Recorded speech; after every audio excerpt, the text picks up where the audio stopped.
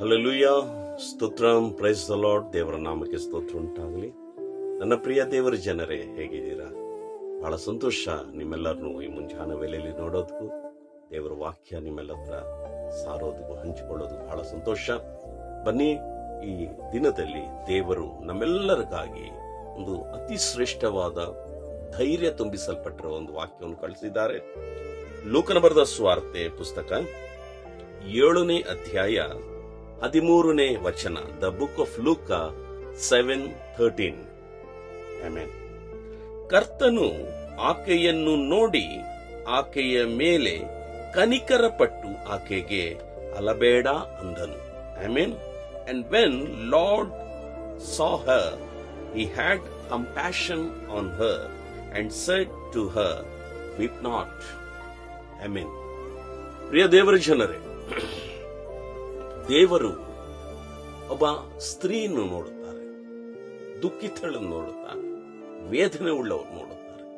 ಆಕೆಗೆ ನೋಡಿ ಆತನ ಬಾಯಿಂದ ಬಂದಿರೋ ಮಾತೇನೆಂದರೆ, ನೋಡೋ ದೇವರಾಗಿದ್ದಾರೆ. ಇದರಲ್ಲಿ 3 ಕಾರ್ಯಗಳುಂಟು. ದೇವರು ಮೊದಲು ಆಕೆಯನ್ನು ನೋಡಿದ್ದಾರೆ, 2ನೇದು ಕನಿಕರ ಪಟ್ಟಿದ್ದಾರೆ, 3ನೇದು ಆಕೆ ಜೊತೆಯಲ್ಲಿ ಮಾತಾಡಿದ್ದಾರೆ. ಭಯಪಡಬೇಡ.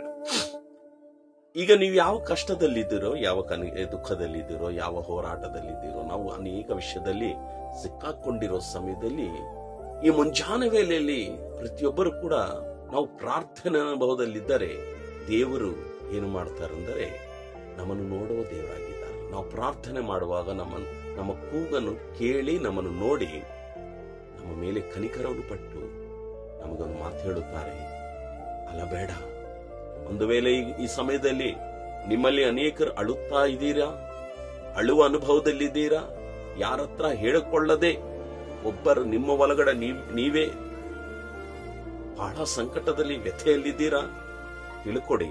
ಆ ದೇವರ ಹತ್ರ ನಿಮ್ಮ ಸಂಕಟ, ನಿಮ್ಮ ದುಃಖ, ಬಾಧೆ ಎಲ್ಲ ಹೇಳ್ಕೊಳ್ಳಿರಿ. ಆತನು ನಿಮ್ಮನ್ನು ದುಃಖವನ್ನು ಮನುಷ್ಯರು ನೋಡದೆ ಇಲ್ದಿರಬಹುದು, ದೇವರು ನಿಮ್ಮ ದುಃಖವನ್ನು ನೋಡೋ ದೇವರಾಗಿದ್ದಾರೆ. ಆತನು ಹೇಳುತ್ತಾರೆ ಒಂದೇ ಮಾತು, ಭಯಪಡಬೇಡ ಮಗಳೇ, ನಾನಿದ್ದೀನಿ, ನಿನ್ನ ಸಂಗಡವಿರುವ ದೇವರು.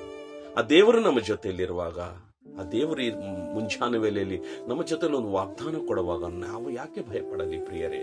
ಆ ದೇವರ ಹತ್ರ ಹೇಳಿಕೊಳ್ಳೋಣ. ಕಷ್ಟ, ದುಃಖ, ಭಾರ ಎಲ್ಲ ದೇವರ ಹತ್ರ ಹೇಳಿಕೊಡೋಣ.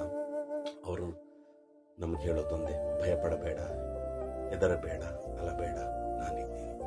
ಇಂಥ ಒಳ್ಳೆ ಮಾತು ಈ ಲೋಕದಲ್ಲಿ ಯಾರು ಹೇಳೋದಿಲ್ಲ. ಸೊ ದೇವರ ಹತ್ರ ಪ್ರಾರ್ಥನೆ ಮಾಡಿಕೊಳ್ಳೋಣ. ಪರಿಶುದ್ಧನೇ, ಮಹೋನ್ನತನೇ ರಾಜ, ಅನೇಕರು ದುಃಖದಲ್ಲಿದ್ದಾರಯ್ಯ, ಅನೇಕರು ವ್ಯಥೆ ಪಡ್ತಾ ಇದ್ದಾರಯ್ಯ, ಅನೇಕರು ಬೇಸರಗೊಂಡಿದ್ದಾರಯ್ಯ, ಕಣ್ಣೀರಿನಿಂದ ನರಳುತ್ತಾ ಯಾರ ಹತ್ರ ಹೇಳಿಕೊಳ್ಳಲಿ ಅಂತ ಅನುಭವದಲ್ಲಿದ್ದಾರಯ್ಯ. ಆ ಅನುಭವ ತಿಳಿದುಕೊಂಡಿರೋ ದೇವರು, ಈ ಜನರನ್ನು ನೀನು ನೋಡು ಸ್ವಾಮಿ. ಅವ್ರ ಕಷ್ಟ ದುಃಖ ಎಲ್ಲ ನೀನು ನೋಡಿ ಅವ್ರ ಮೇಲೆ ಕನಿಕರಪಟ್ಟು, ಹೇಗೆ ಆ ಸ್ತ್ರೀಗೆ ನೀನು ಹೇಳಿದೆ ಅಳಬೇಡ ಅಂತ ಹೇಳುತ್ತಿರೋ ಪ್ರತಿಯೊಬ್ಬರ ಜೊತೆಯಲ್ಲಿ ನೀನು ಸಂದರ್ಶಿಸಿ ಅವ್ರ ಕಣ್ಣೀರು ಒರೆಸಿ, ಅಳಬೇಡ ಮಗಳೇ, ಮಗನಂತ ಹೇಳಿ, ಎಂಬವೇ ಅಂತ ಹೇಳಿ ಅವರನ್ನು ನೀನು ಧೈರ್ಯ ತುಂಬಿಸ್ತಾ ಇರೋದಕ್ಕಾಗಿ ಸ್ತೋತ್ರ.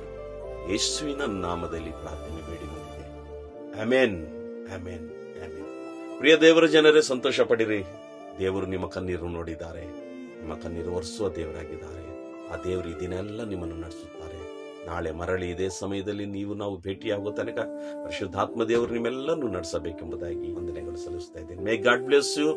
B happy. God is with you.